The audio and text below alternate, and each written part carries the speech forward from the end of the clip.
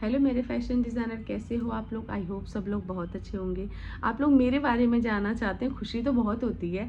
आप लोग मेरे बारे में जानना चाहते हैं, मुझे बहुत बार बार कमेंट करते हैं कि मैम आप अपने बारे में बताओ, आपने कैसे फैशन डिज़ाइनिंग जब आपने किया तो आपको जॉब कैसे मिली, और मैं क्या भी जॉब कर रही हूँ या मैंने छोड़ दिया है, और मैं जॉब कर रही हूँ तो कहाँ कर रही हूँ। ऐसे बहुत सारे सवाल आप लोग मुझसे पूछते हैं। तो सबसे बड़ी बात कि मैं देखो अपने बारे में ज़्यादा नहीं बात करना चाहती, ज़्यादा क्या बिल्कुल भी नहीं बात करना चाहती, क्योंकि जब आप एक किसी लेवल पे पहुंच जाते हो तो जब आप कुछ बोलते हो तो आपको लोग सुनते हैं।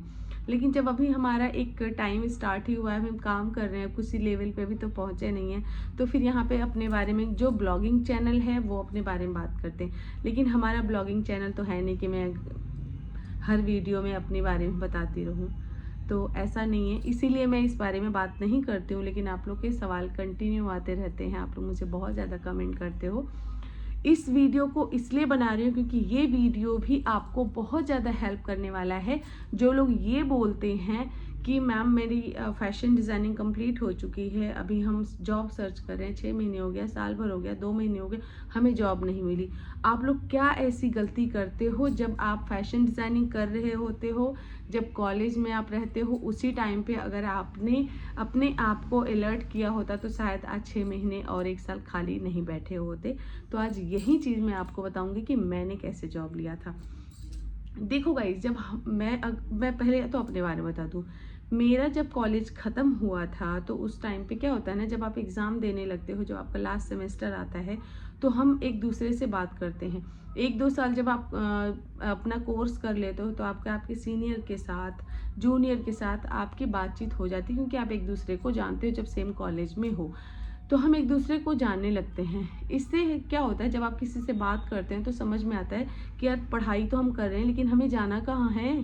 पढ़ाई करके हमारा 6 महीने बाद तो कोर्स कंप्लीट होकर घर तो नहीं बैठना, हमें आगे करना है। तो फिर इस हिसाब से हम डिस्कशन करना स्टार्ट करते। तो मैंने भी जस्ट, हम लोग ऐसी बात करते थे तो जॉब की बात आती थी तो पूछते थे कैसे जॉब लगती है, क्या लगती है, क्योंकि हम लोग के कॉलेज में जो अच्छे बच्चे होते थे तो सर लोग क्या करते थे कि पहले तो इंडस्ट्री में हम लोग को ट्रेनिंग के लिए ले गए।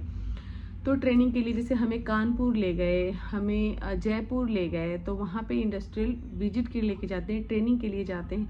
हमें जूते की फैक्ट्री में ले गए, हमें लेदर की फैक्ट्री में ले गए, जैकेट्स की फैक्ट्री में ले गए सर, वहाँ पे विजिट करते थे। मैन्युफैक्चरिंग जो यूनिट होती थी वहाँ पे हम लोग विजिट करते थे कि सारी चीज़ें कैसे होती है। इससे क्या होता है ना कि आपको पहले से थोड़ा आइडिया हो जाता है। तो हम लोग इस तरीके से सर लोगों ने, हमारे जो कॉलेज था, हम लोग को विजिट कराया। पूरा कॉलेज की जितने भी स्टूडेंट होते थे फैशन डिज़ाइनिंग के लास्ट ईयर के, उनको सब लोग विजिट कराते थे। तो इस तरीके से हमने किया तो दिमाग में चीज़ें सेट होनी स्टार्ट हुई कि यार हमारा जैसे कंप्लीट होगा हमें तो जॉब चाहिए, और जॉब कैसे मिलेगी। तो उस पर हमने वर्किंग स्टार्ट कर दिया कि सर लोग जैसे 10 लोग 15 लोगों को, सर लोग जो अच्छे स्टूडेंट होते थे उनको ट्रेनिंग ऑर्गेनाइज कराते थे। जिन इंडस्ट्रियों में उनकी पकड़ होती थी, बात होती है, रेफरेंस होता था कि हमारे 10 स्टूडेंट हैं, इनको आप 2 महीने की, 1 महीने की आप ट्रेनिंग वो दिला दो। तो वो फ्री ट्रेनिंग होती थी, ठीक है, विदाउट पेड। तो हम लोग को ट्रेनिंग पे कुछ स्टूडेंट को ऐसे भेजा जाता था। लेकिन जहाँ पे जैसे 50 स्टूडेंट हैं तो 50 को तो नहीं भेज सकते थे, तो उनमें से कुछ कैटेगरी वाइज सबको निकाल देते थे कि उनको लगा देते थे। इसी हिसाब से जैसे जो बच्चे बच गए हैं, अब ऐसा तो नहीं कि सब घर चले जाएंगे, जिनको घर जाना होगा तो जाएंगे, जिनको करना होगा वो करेंगे। तो फिर जैसे मेरी ट्रेनिंग तो हो गई थी वहीं के थ्रू, मेरी ट्रेनिंग वहाँ के थ्रू हुई थी, बट मैंने किया नहीं था क्योंकि वहाँ के थ्रू मुझे कानपुर जाना था। बट मुझे कानपुर पसंद नहीं था, इसलिए हमने कानपुर के लिए मैंने नहीं किया। मैंने कहा नहीं, मैं देख लूँगी कुछ और। उस टाइम पे तो मैंने नहीं बोला, लेकिन फिर मैंने सर्च करना स्टार्ट कर दिया, मैंने सीनियर से बात करना स्टार्ट किया। तो वो लोग फिर रेफरेंस देते थे कि वहाँ पे ऑलरेडी दिल्ली में, नोएडा में लोग जॉब कर रहे हैं, तो उनसे उनके कांटेक्ट निकालना स्टार्ट किया मैंने कि मुझे किसी सीनियर से बात हो जाए। तो इस तरीके से हमने जो अपने सीनियर से बात करके उनके साथ जो जॉब ऑलरेडी कर रहे थे, जो उनके टच में थे, उनसे हमने नंबर निकाला। जो ऑलरेडी हमारे एक्सपोर्ट इंडस्ट्री में जॉब कर रही थी दीदी या सीनियर मैम हमारी, उनसे हमने बात किया, उनसे रिक्वेस्ट किया कि मैम मुझे ट्रेनिंग ही करा दीजिए, क्योंकि मुझे कानपुर में नहीं करना, मुझे नोएडा में करना है। तो उनके थ्रू फिर मैं आई थी दिल्ली में, वो भी ओखला। नोएडा चाह रही थी लेकिन मैं ओखला में आई थी क्योंकि उन्होंने फिर हमारी एक ट्रेनिंग कराई थी ओखला में। ठीक है, तो ओखला में हम एक्सपोर्ट इंडस्ट्री में आए, फिर वहाँ से हमारी ट्रेनिंग स्टार्ट हुई। ड्यूरिंग ट्रेनिंग हमें पैसे मिलने भी स्टार्ट हुए क्योंकि वहाँ पे सबको ये पता था कि हम बाहर से आए हैं और हम लोग यहाँ पे हम लोग अपना घर नहीं है, तो हम लोग को 5000 सैलरी भी मिलती थी।